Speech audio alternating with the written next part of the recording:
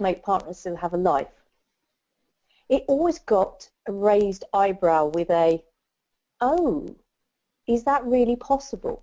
You know, because there's a myth that it's impossible to make partner and still have a life. So let's firstly look at why is it actually hard. And it was really interesting. I was talking with a litigator of a top 50 firm a couple of weeks ago, and he says, I know I've got 3 kids, but I also know that I'm not in a 9-to-5 job. And I don't think you necessarily have to be a litigator in a London city law firm or a Big 4, but actually, could you just pop that poll down, please? Apologies. Yeah. But I think it's fair to say, when you decide to go in practice, when you start to be fee earning, you know, the very nature of clients means that it's not a 9-to-5 job.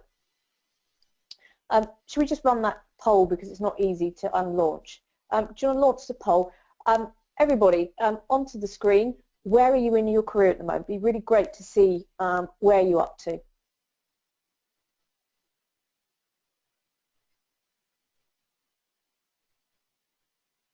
It's up to you, Mark. I can't see who's pointing or clicking. So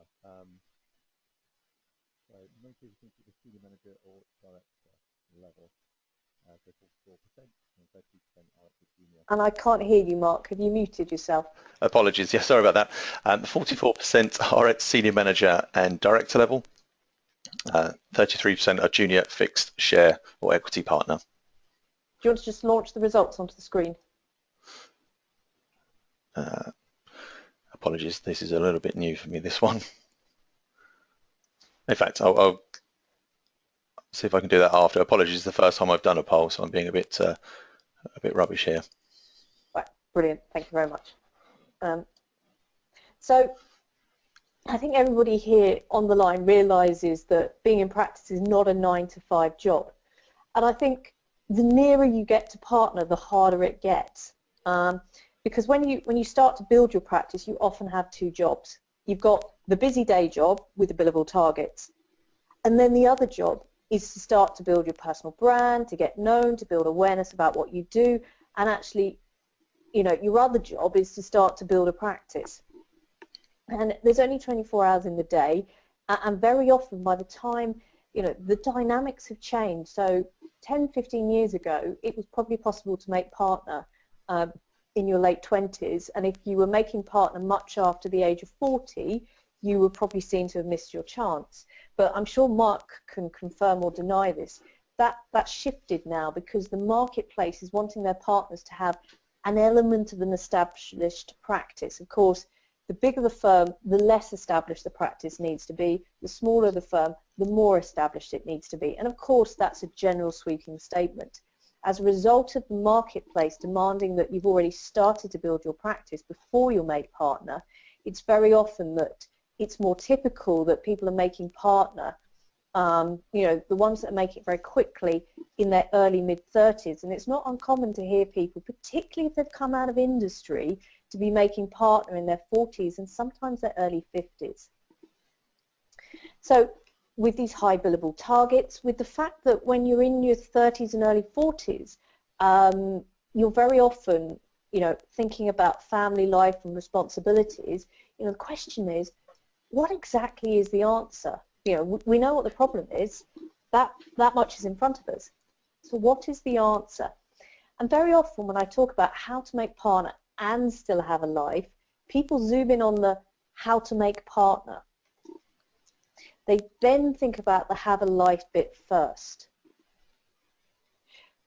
But life is, there's no dress rehearsal for this life. You know, you're not having a go at it and then being able to turn the clock back. So actually you have to consider the have a life bit first. And if you don't really know what this is and put time aside for this, work will consume all of your available time. And that's a really important thing to work out. If you only have goals for your work life, that's what you're going to be focused on. So the key thing here is to think about, what does have a life mean first? So let's just unpack that a bit. So as much, you know, I bet a lot of you have a career plan, a personal development plan. You have plans for what you want to do in work. So have a plan for what you want to do in your life holistically, where you consider the roles you want outside of work and the goals for those roles. So one of the tools that we use something called the Wheel of Life, which is where you examine the roles that you want and then you rate yourself against how you are fulfilling in those roles. There are other tools out there, but really to think about what's important to me, potentially for the next 10, 15 years, and then sort of rate yourself out of 1 to 10, where 1 is no, really not cutting it, and 10 is, yeah, absolutely, totally fulfilled, making it. And just have a look at that. And I imagine if you're still wondering, like, how can I get this work-life balance thing? Actually, this is where you've got to really think about, well, what do I mean about having a life? Do I mean that I can see more of my children? Well, what does more of your children actually mean? Does it mean doing bath time once a week? Does it actually mean not working at weekends? Does it mean working really hard during the week? What does it actually mean? And I can't answer that question for you. Only you can answer that question. Now, some of you may be thinking, but I could never have the life I want if I'm in my current firm. And there are, particularly the Magic Circle, particularly the big law firms, and I have to say the big accountancy firms, the big 4, but also the advisory side of the mid-tier. There are times when your life is work. And actually, you need to be realistic about your current firm and potential career choice. If it's never going to support you to have the life you want, then you're going to need to make some changes. And that might mean that you need to downsize your firm. It might mean that you need to maybe think about a stint in industry. But the big thing that I want to message to put you is you need to take control of your work life. And only once you've taken back that control and stopped being a victim and having things done to you, can you take that first step to have a life. So to make it really real is identify clear actions to help you have a life. For me personally, that's that I don't work at weekends and I take all my kids' school holidays off. But I'm self-employed, so I've got the luxury of that. What is it for you? Is it about playing netball weekly? Is it about making sure you go for a run 3 times? Is it about participating in an orchestra? What is it about for you? Then put these in your diary, these action points, and make them as important as client work. Now, some of you might be saying, whoa, that's not going to go down well in my firm. We always have to be, really responsive to clients, and I just need to drop in everything, and that's the culture. I get that. I really get that. And of course, there's part of me that says, is that what you want going forward? And if it isn't, you need to move firm. The other thing you can do is start to set expectations. Have a conversation with who you need to have and agree that, look, I want to be my best at work, but I know that means I need to have some life outside of work, and I know that my clients value me being slightly more balanced than just totally focused on work. And for me, that's about making sure I can go to the gym twice a week. What's the best day of the week to make sure that I leave on time to get that? That's not going to have an impact on clients. And start to get it known that Kevin always leaves early on a Tuesday. And just get it known and people will accept it. And that's the way forward. And I'm just going to give you one other extra model which can be quite helpful to think about. So imagine you've got 3 buckets, equal sized buckets, and you've got 1 bucket full of water. Now those 3 buckets represent your career focus, your relationship focus, and your self focus. And if you think how things have gone by with when you're at university, you probably had quite an even spread of career, relationships, and self.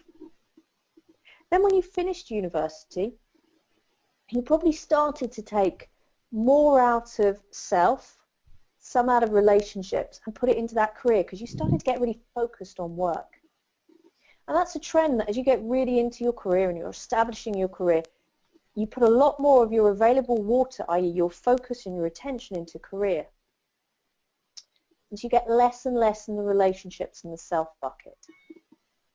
And then something happens. You know, it could be something small like maybe you get a bad bout of food poisoning and you realise you can't go on this way, or it could be a death in the family, or it could be that maybe children come along.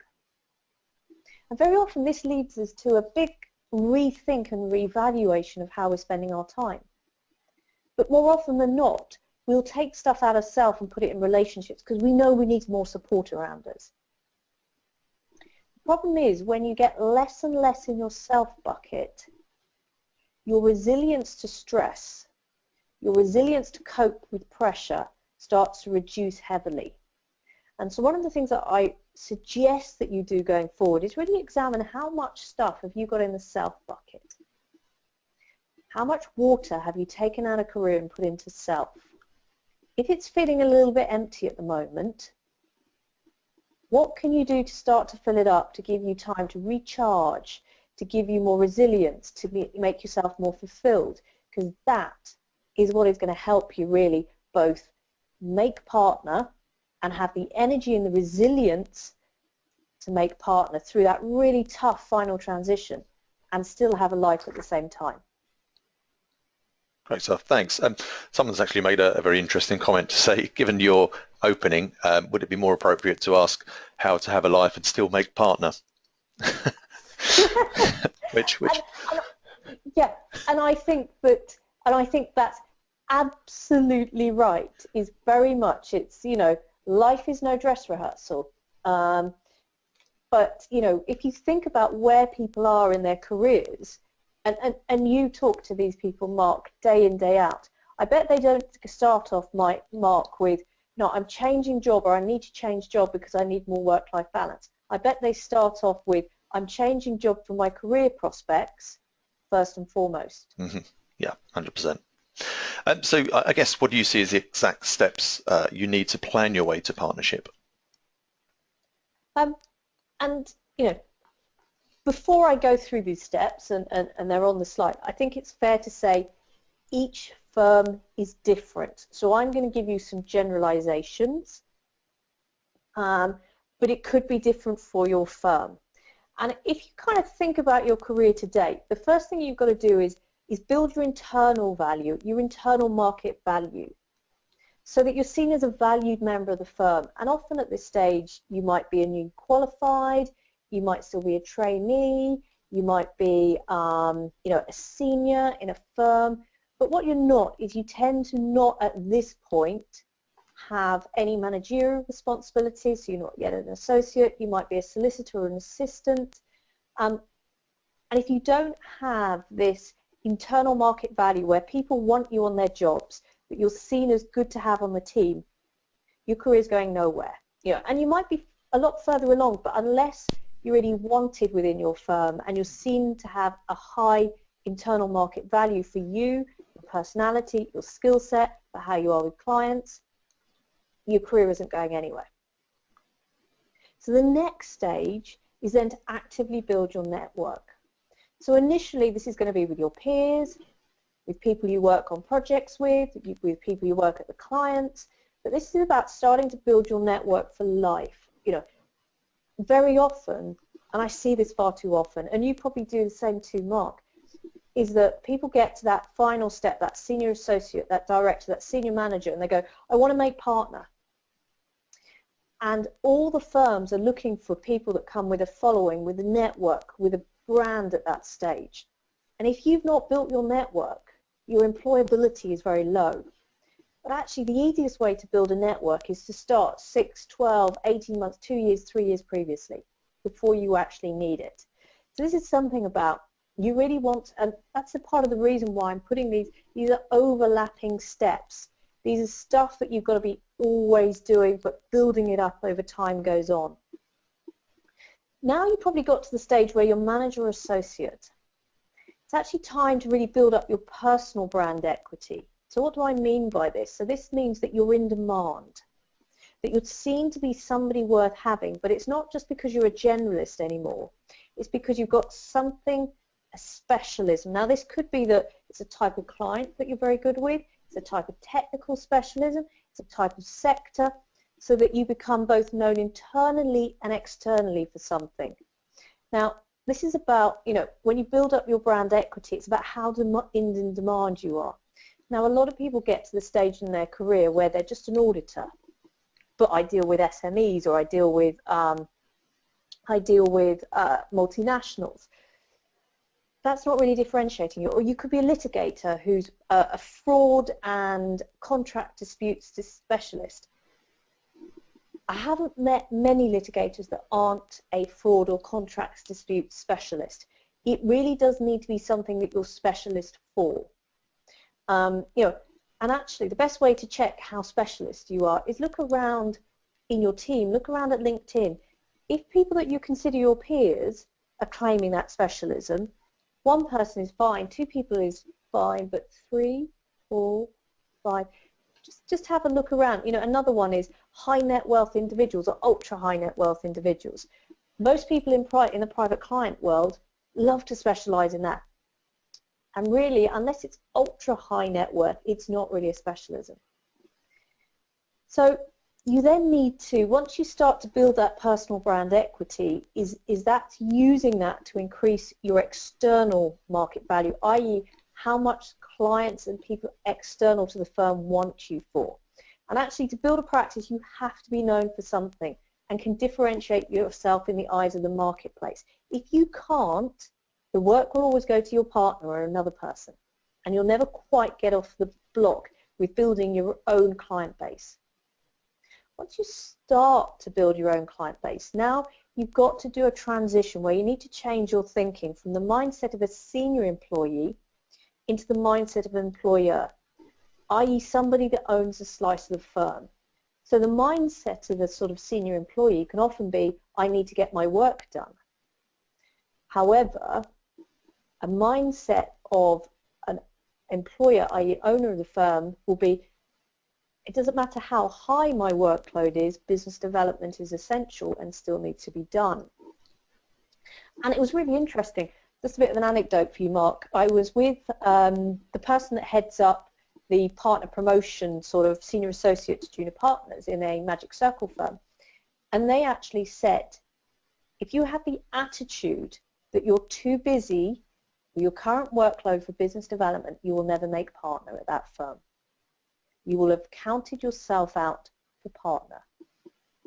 Which is kind of like, because that's what you hear a lot of senior associates, a lot of directors, a lot of senior managers saying, my current workload is too high to work on building my own practice. And then finally, what you then need to do is you need to build your business and your personal case to demonstrate to the partners within your firm that there is a strategic, a long-term value reason for admitting you to the partnership. And this is going to be very different depending on what firm you're at. A small firm, it might be that you've already established the business and personal case and they tap you on the shoulder and say, would you like to come and join the partnership? That still happens, but rarely. In a big firm, that could be a formal partner track with stage development along the way.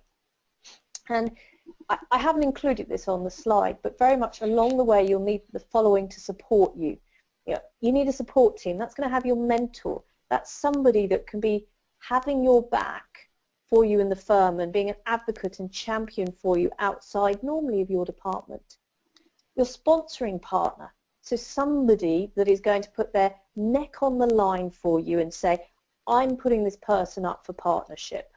They're the person that normally has to pitch you. They're normally the person that says whether you're right for it. Then an executive coach. I do that for quite a lot of my clients, and it's somebody that's holding your agenda for you. Somebody that's not got an agenda of the firm. Somebody that's not got an agenda of your loved ones. Somebody that can give you good, honest advice without an axe to grind. Because when you get into that senior associate, that director on that partner track, it can be a very lonely place because you're neither one or the other anymore. You're not quite yet a partner, but you're not really a senior associate or a director or a senior manager anymore. But you can't really admit to your partners where you're struggling because it might seem that you're not ready yet. But you can't really talk with your team about this stuff because you're no longer really one of them. And that's often where the value of an executive coach comes in. Of course, friends and family, and making sure that, particularly with the have a life bit, you've got the support structure you need at home. It's amazing how many people I've coached that when they've had trouble at home, maybe a family member is seriously ill, maybe they're having relationship difficulties, how that really does impact your ability to perform at work. You really need to have that stable home life to go for partner, in my opinion. What's your thoughts on that, Mark? No, I completely agree. I think picking up on one of those points, certainly in terms of the specialism and how does somebody go on to actually become the go-to expert? Yeah, absolutely. Do you want to just put the poll up of do you have an established specialism or niche? I'll certainly try and do better at this, so Yes. do bear with me. So, absolutely. So if everybody can get to their clickers, and it would be good to see where people are at the moment. A mark on the polls, there's a little drop down that you should be able to close poll and then launch results once you finish the poll. Okay, so let's see if everybody has voted.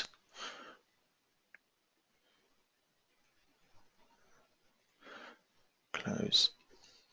And then launch the results. Excellent. Oh, we'll get there. Now, brilliant. It's really interesting to see that we've got 45%, almost 50% still seen as a generalist.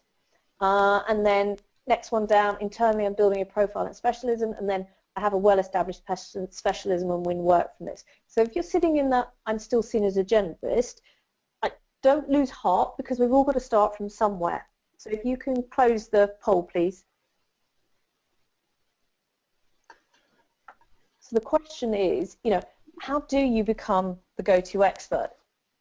How do you start your specialism? Because, very often than not, it's either I don't know how, I'm going to worried I'm going to lose the variety.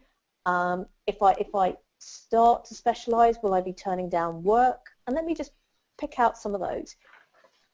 If you start to specialize, you are not going to be turning down work because it's up to you to choose whether you want to work with that client or not.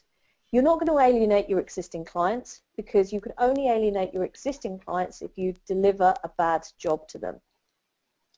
And actually, you'll find that the more you specialize, actually the more variety that tends to come your way. You could often get deeper in there. So I'll just give a story of I was working with a litigator he said to me, I know I need to specialize. He goes, and I've struggled with this for years. And he goes, but I do a lot of generalist stuff.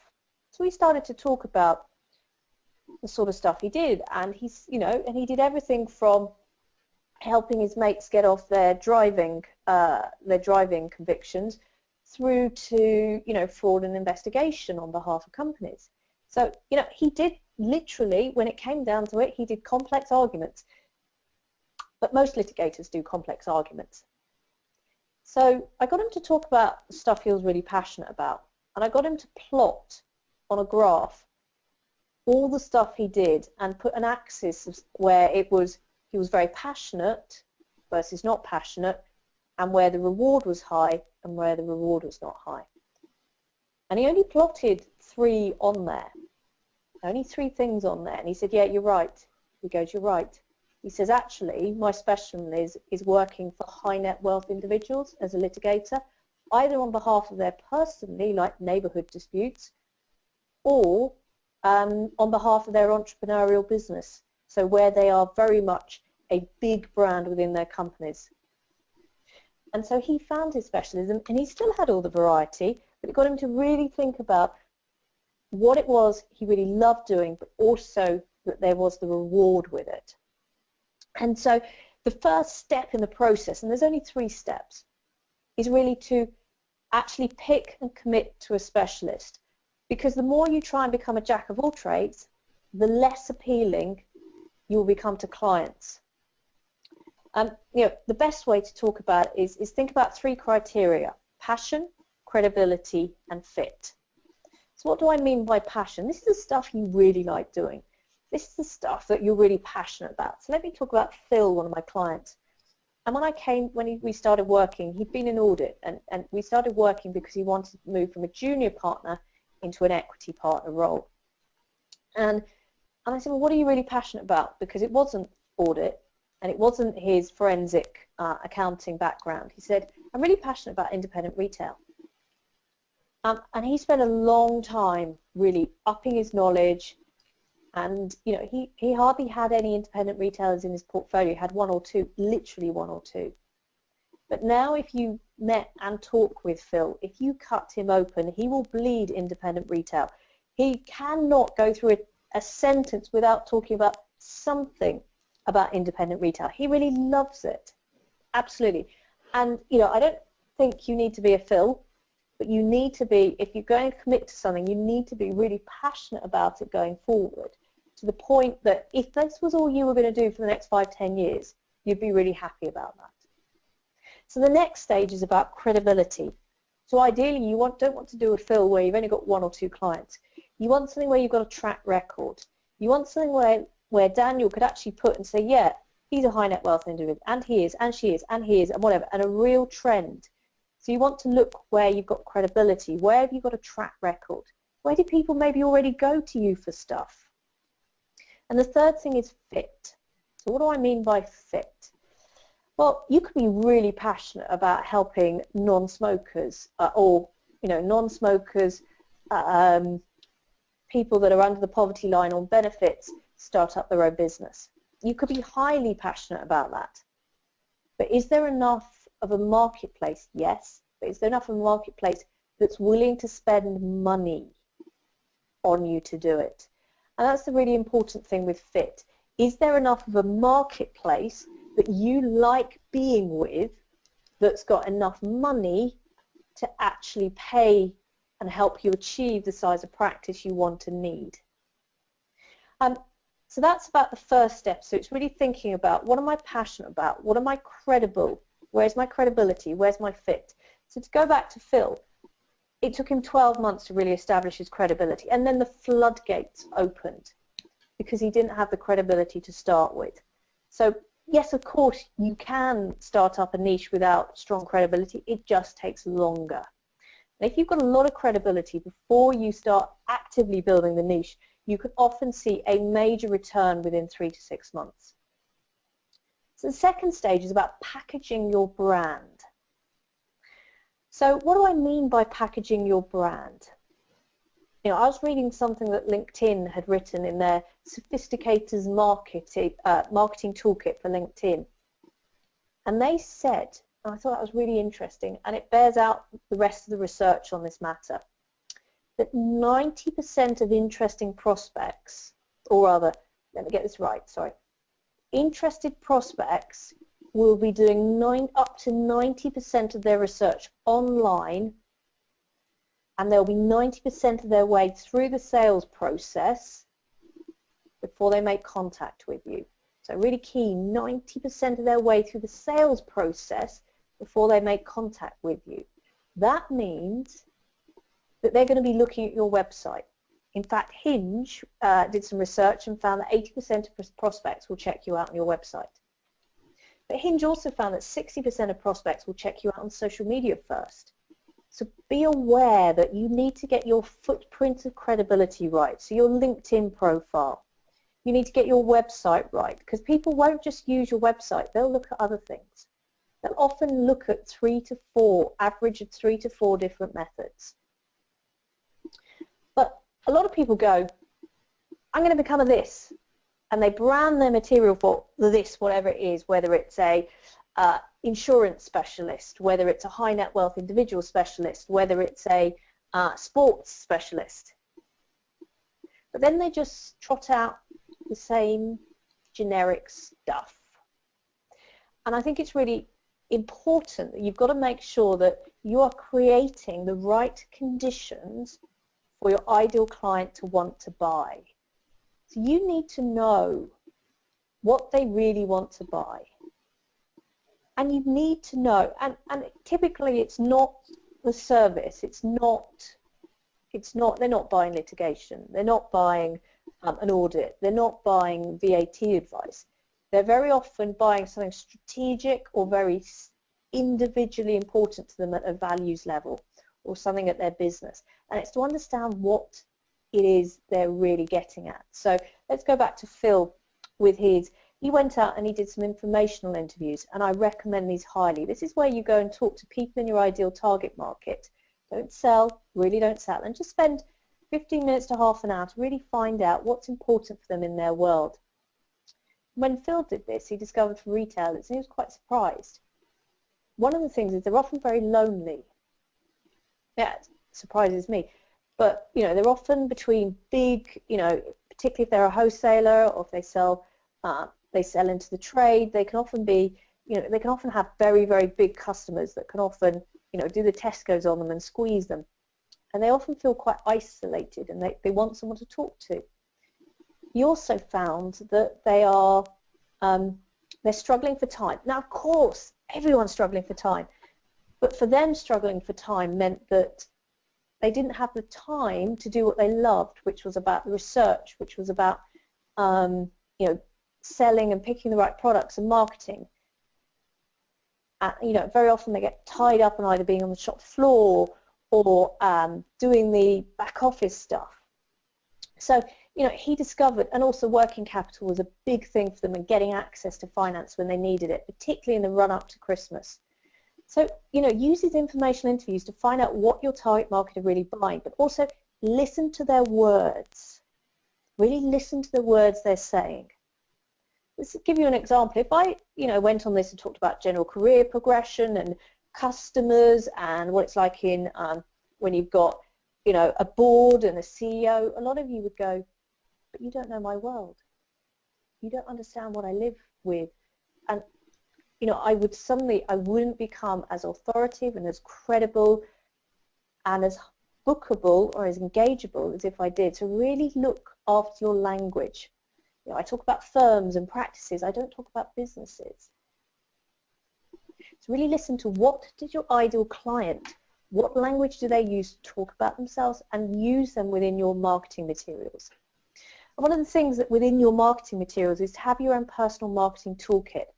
So to have, you know, use social media, particularly your LinkedIn profile, have decent head and shoulder shots, and also have what I would call stock and flow content. So stock content is content that's there, it's evergreen, so it's like white papers, reports, articles, videos, and have flow content. And flow content is almost the rinse, reuse, dispose, like tweets, like LinkedIn updates. And then the final part of your website bio, of your personal marketing toolkit, is to have that website bio. And then the last stage of packaging your brand is, we're all busy people. You know that, I know that. So and remember that people are 90% through the sales process before they'll even start to talk to you. So you've got to start to earn the right to have a conversation. You know, have a view and either create or repurpose content or even curate content and share it on social media. So the first two steps are about really committing to your specialism. The second one is about packaging it, and that's what I call getting a really firm foundation. The third step is about getting your message out there, because after all, it's no good being the world's best kept secret. That is not going to get clients to come to you. So think about networking. Who do you need in your network? Think about PR. Most people will have a PR consultant or a department in your firm that would love it if you came to them with ideas. They would absolutely love it. Speaking at conferences, writing a book. In fact, I was just contacted today by somebody at PwC that's written a book on risk and is being published by Kogan Page. So, you know, it's not just, you know, very, very small firms or individuals that write a book. And just a couple of thoughts just to leave you before we kind of move on in the discussion. You know, the journey to become a specialist doesn't happen overnight. You know, as long as you deliver a great service to your existing clients, then they won't leave you if you choose to specialize in something they're not. And you start by being a generalist with a growing specialism in dum-de-dum-de-da. You then become a generalist with a specialism in dum-de-dum-de-da, and then a specialist in supporting. So there's real phases of how you grow that specialism. So you don't kind of go, well, if, you know, like the 44% of people going, I'm a generalist, you don't suddenly turn over overnight and go, actually, I'm a specialist. You do it, I'm a generalist with a growing specialism in, I'm a generalist with a specialism in, and then I'm a specialist. There's phases of that. remember that relationships and brand equity, personal brand equity, takes time to build. You don't suddenly become trusted overnight. You don't suddenly become the name on everybody's lips overnight. There isn't something called an overnight success. You know, you take Susan Boyle, who was, in inverted commas, an overnight success. She wasn't. She'd been singing her heart out, very often just in her own home, for 20 to 30 years. You know, remember that strong personal brand in the marketplace takes visibility and differentiation. You know, you can't just be visible or can't not get your profile out there. What's your views, Mark? Well, certainly on the packaging your brand, and somebody who spends a lot of time on LinkedIn mapping markets and things like that, the difference between people at the same level, but the variety of social media that they have. Some people are just very good at that, and some are extremely bad, to be honest, and it's just a name and nothing else. So how does somebody externally know what they do?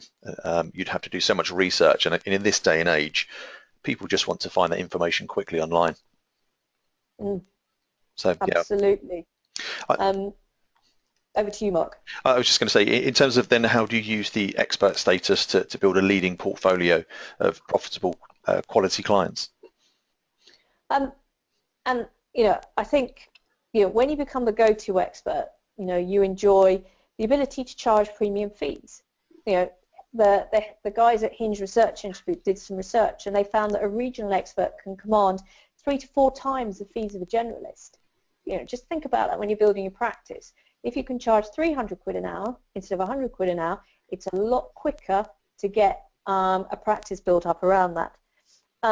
You know, also, and it becomes this really nice self-perpetuating story that when you become a go-to expert, you enjoy only taking on work which you're good at and love but find easy to generate a profit.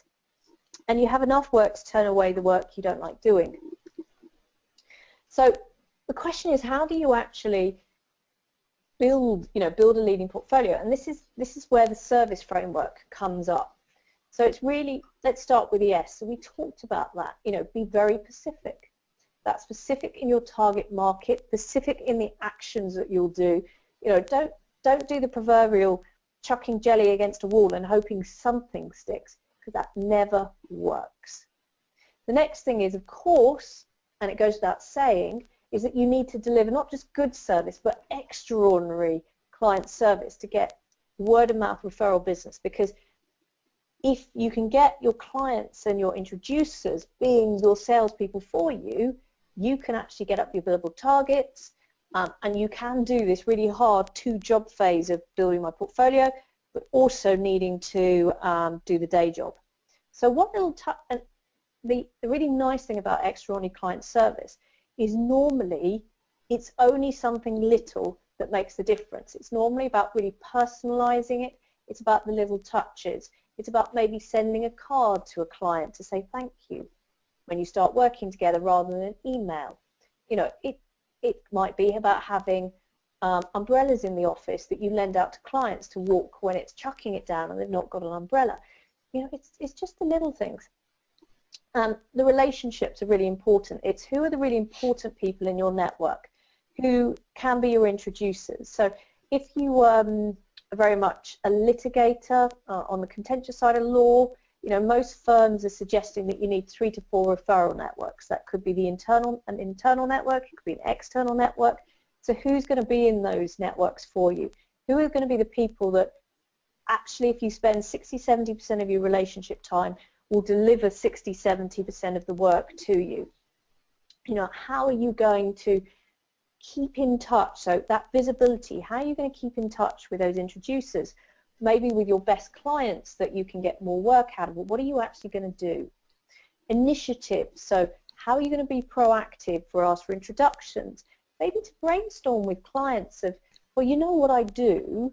If you're in my place, how could I meet more people like you?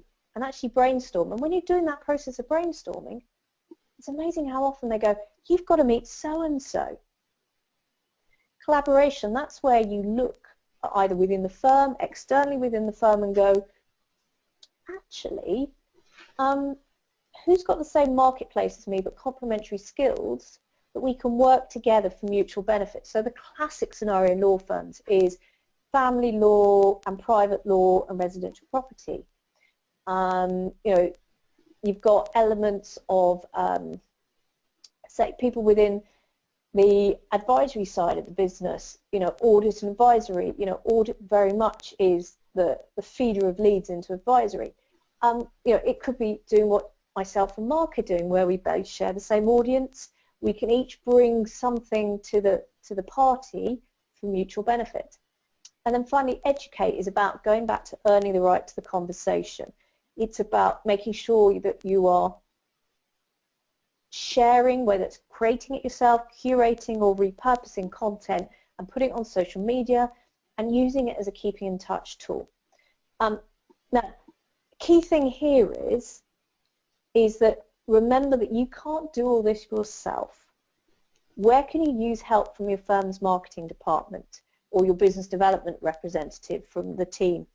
You know, how can you actually build the skill set up of your team around you so that you can delegate stuff to them to help you generate more pipeline opportunities? You know, what have you seen that's worked pretty well, Mark?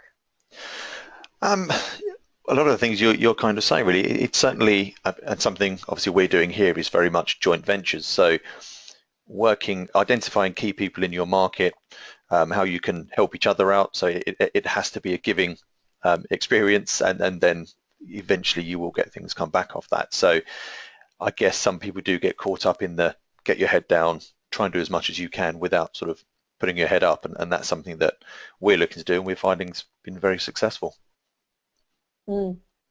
Heather, I believe you have a new book coming out as well.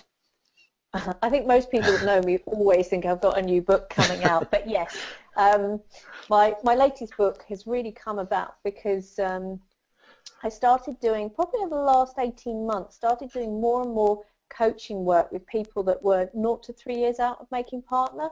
So they were either senior managers, directors, senior associates. Yeah, and this is really where the book came from. It sort of, you know, as a result of working with these people, it prompted me to write more blog posts, and I suddenly realized and took a step back about, it was probably about 9 months ago, and realized I had another book's worth that really didn't cover the material that How to Make Partner and Still Have a Life did. You know, this book really goes into the deep dive of what it means to go from senior fee earner into owner of the business. And there's a lot of challenges in this stage. So, as I say, this book is all about that final step up to partner, and it's really focused on how do you build that business case and personal case, which is what you're trying to do. And so it gives you really practical advice, as with all of my books do, because they're I think the feedback I get is very much around that it's practical, that you can put it into information, it's often jargon free. So it will help you with the following challenges. You know, how to combine the busy day job but do the equivalent of another job to build up your practice. It gives you tried and tested techniques that other people in your situation have done. Of course, it gives you the lowdown on how to create a cast iron business and personal case of partnership, even giving you a format for how to pitch your business case in a partner panel interview. It will give you tips about how to pace yourself to avoid burnout, as well as tips about how to pitch yourself in the partnership admissions process and how to be seen as one of the club before you even go through the process. It's almost your one-stop shop you need to sort of kind of take yourself from senior fee earner into being ready for partnership. You know, a lot of firms, you know, Magic Circle firms, big firms, will often start working with their senior associates, with their directors and senior managers when they almost get promoted to that grade, to start them on that transition. Now, the print version comes out in the autumn, and the Kindle version comes out on the 30th of June. Now, if you want to get your hands on this book long before it comes out on Amazon, a wee little offer for you. So if you just email me and say I'd like the book, I'll send you a link so that you can get the physical book 4 to 8 weeks before publish date. So it'll be going to the printer ideally on the 30th of June. So hopefully come middle of August, I should be in a position to send out the books to people that bought them, and at a 50% discount. And if you buy it from me now, I will give you the bonus Kindle version, so you can start reading it now on your Kindle, literally. Of course, the only thing I ask is there's postage and packaging included on that. So let's give you the figures. If you were to buy the book on Amazon, it will be £20 plus postage and packaging. If you to buy it from me now, you'll get it a month to 2 months earlier than everybody else, and it will be £10 plus postage and packaging. If you just bought the Kindle version, that would cost you £10 on Amazon, or £9.99. So, you're potentially getting a saving of between £10 and £20 here. And I know you've got a copy of it, Mark. I have actually, yes, and I've skimmed through. I can't say that I've read it cover to cover because it doesn't quite apply to myself, I'll be honest. But no, there's certainly some really good tips just reading through, skim reading. So I would highly recommend it, of course. But from your point of view, the real value, additional value is seeing you face to face. So I guess if there was anybody here in the webinar thinking about whether your team of coaches could help them, what types of problems and challenges do your team help clients with? I guess it's probably best to talk about some recent cases I or my team of coaches are working on at the moment. So, broad brush, it tends to be individuals who are 0 to 3 years out from making partner. Sometimes we're working on behalf of the firm and running a program, supporting those individuals. I know at the moment I'm working with 7 from one law firm. I'm getting pretty good at learning how to sell litigation as a result of that. Or sometimes we're working within tax sector teams, particularly around the go-to-expert methodology. But typically it's, if I think about, I'm working, as I said, just with 7 senior associates from one law firm. And the thing that I'm finding that they need, and particularly need, is how do I establish my personal brand? How do I actually move from a generalist to a specialist? How do I become a destination point in my own right for my own work, both internally and externally, and not just because I'm cheaper than a partner? Out of all of the 7 that I've worked with, they're all needing support, i.e., how do I package my brand? How do I build my foundation? And then I can go out and network with purpose and effectively. It's not unusual for us to be working at any one time with directors from Big Four that are on a partner track, and they think they've got their business case together, and we're often working with them to help polish those business cases, challenge them on there. Sometimes we will pretend we're a mock panel and ask the difficult questions, and do some one-to-one support, of course, if geography allows. In person, actually helping people present and pitch their case. It's not unusual to be helping people write their business cases, to go through the partnership admissions process. And sometimes it's just plain old business development coaching of, I need to add 200k to my portfolio to be considered as a partner. Can we talk?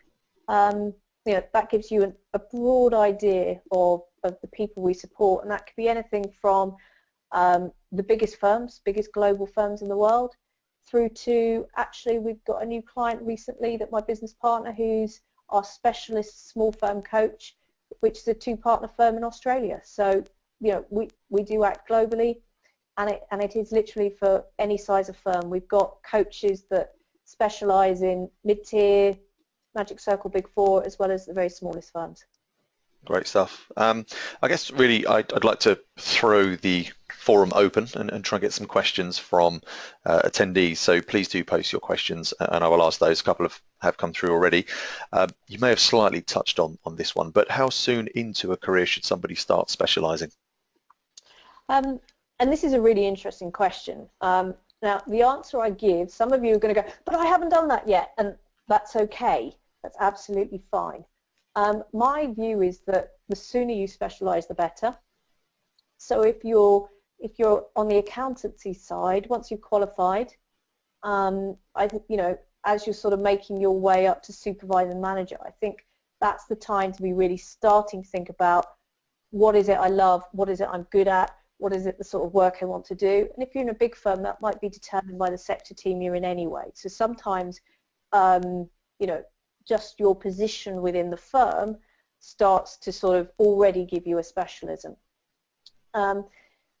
If you're on the law firm side, you want to, as soon as you become newly qualified and qualified in, actually start thinking the first year, 2 years, what's the sort of work I really enjoy? What's the sort of work I want? You know, I'd kind of say probably 2 years after qualification is the right time, because you've got enough evidence behind you of what do I like, what is it that I really enjoy. But you know, if you're sitting there and going, but I'm hoping to go for partner in the next 2 years and I don't have a specialism, the sooner you start, the better, I think, is my answer. Okay, great stuff. Thank you. In terms of building a personal brand, is this something that people should do themselves, or can this be sort of outsourced internally to help save time?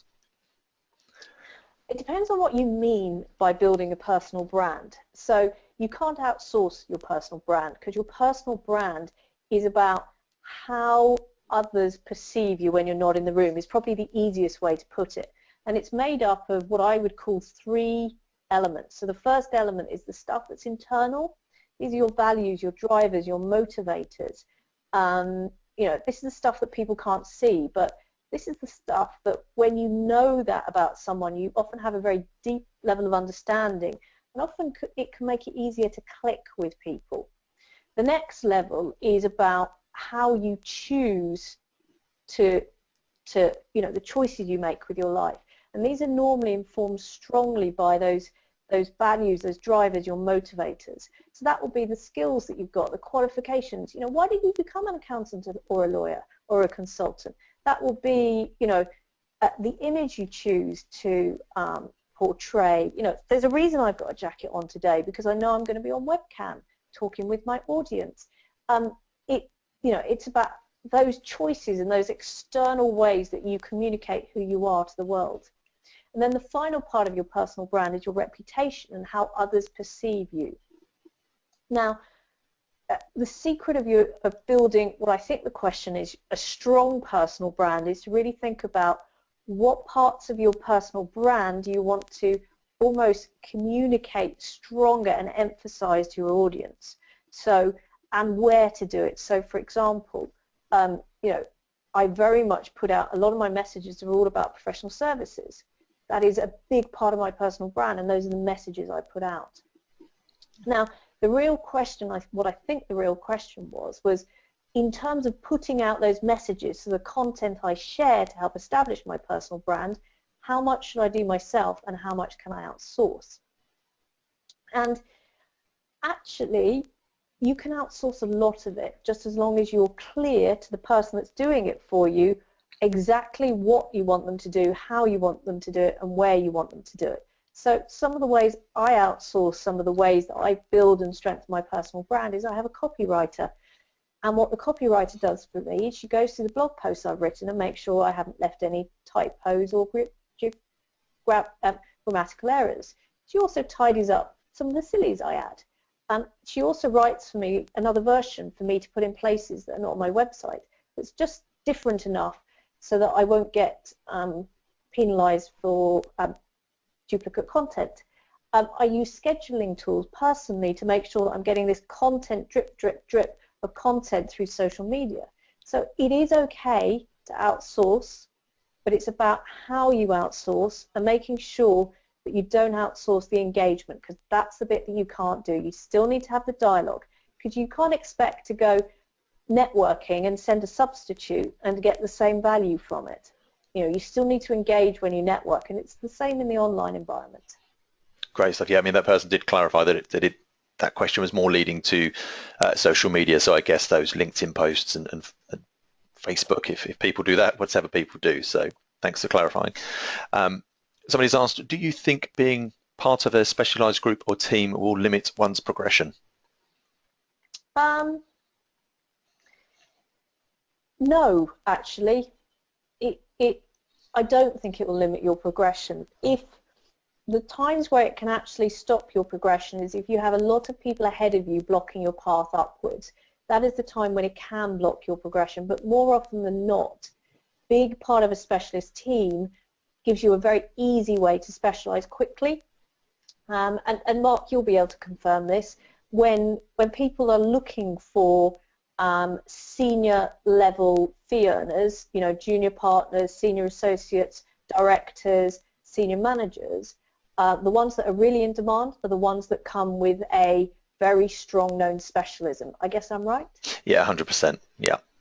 Yeah, if No. anybody, and we're working with firms at the moment, obviously I won't say any names, but certainly if they're looking to build teams, and there's so many more, the market is so busy now that any specialism, if you're not getting the progression where you are, there are just so many opportunities elsewhere. People want to build teams with specialists and build work around that. So yeah, 100%. We got any more questions, Mark? Someone's asked, typically how many sessions would be needed for coaching? That's quite an open question, really, but I, without knowing this person's specific circumstances, I can't ask it in a definitive way, but I can give some examples. So I was working with a director in a US consultancy that wanted some support with his business case. So we had one 90-minute session, and as a result of that, he did the polishing. That gave him what he needed for the pitch. He got that detached viewpoint, and as a result of our session, he of course got the partner role. But the chairman of his firm turned around and said, "That's the best pitch for partnership we've ever seen from anyone." So that was 90 minutes. On the other hand, if I work with someone who pretty much from what I would call ground zero, where they're not really winning work, they don't have an established brand, that can often be a 1 to 2 year relationship that can be as much or as little as 90 minutes every an hour to 90 minutes every 3 months. So I've got clients on a sort of mentor basis where they're touching in with me, and that's £100 £100 a month. They pay me as a retainer, through to where I'm working directly with a client, and their firm is paying sort of 5-6 grand a year for me to work directly with them over the sort of 12 months. Hopefully that gives you a bit of a feel for that. great stuff. And last question here. Someone has asked, can specialisms suffer from flavour of the month syndrome, i.e. can you be left behind? The answer is yes, and that's, you just think about the recent recession that we went into. Anybody that I knew that had a property specialism, particularly corporate finance property, found themselves without a job. Yeah. And the market is cyclical. Just as at the beginning of the recession, firms were busy retraining all their corporate finance people that they could do business restructuring. Now it's going the other way, that they're trying to get all their business restructuring back into the corporate finance arena. So it's all about, you could go, whoa, I can't have a specialism. I think it's important, whatever specialism you do, whatever you do, that you've got an eye to the future. If it looks as if there's trouble coming down the line for what you're good at, diversify a little. So if you're a property specialist, what's the next kind of bit along that will take you out of property but still use the same skill set? So, interestingly, I found that I'd worked for almost 5 years in an accountancy firm, and when I came out, I actually picked up some work with law firms to start with. And it's interestingly, I still have very much accountancy, legal, with some consultancy work. Sorry, not consultancy work, but working with firms of consultants. So, over time, I've actually, my audience has become very, very solid. But there's the knowledge that if for whatever reason my big firm work dried up, I'd be able to upskill, I'd be able to go and focus more on the small firm work. If the small firm work died down, I could go to the big firm work. It's important that when you start building a specialism, you always have an eye to the future. Okay, great stuff. I don't think there's any other questions at this stage, and I know we've just passed that hour mark, so I just want to thank you all for attending. Is there any other thoughts or comments from yourself, Heather? No, but thank you very much. I've really enjoyed answering those questions. I think they've been really well thought out. They've been a pleasure to answer. And if any one of you would like a copy of Poised for Partnership, £10 plus postage and packaging, just email me or email Mark and he'll forward it to me, and I can send you the link for you to put in your payment details. So you could hopefully get your hands on the Kindle version maybe tomorrow, as early as that. Great stuff. And certainly, just for everybody to be aware that we have been recording this session, and certainly a copy of this will be uploaded to our website, and I'll be in contact with you all just to thank you for your attendance with some details around that as well. Heather, thank you very much for the great advice. I'm sure all attendees would have picked up some great tips. Well, thank you very much, Mark, for the opportunity to speak to your audience. I'm sure we'll be doing it again. Great stuff. Thank you, everyone. Goodbye.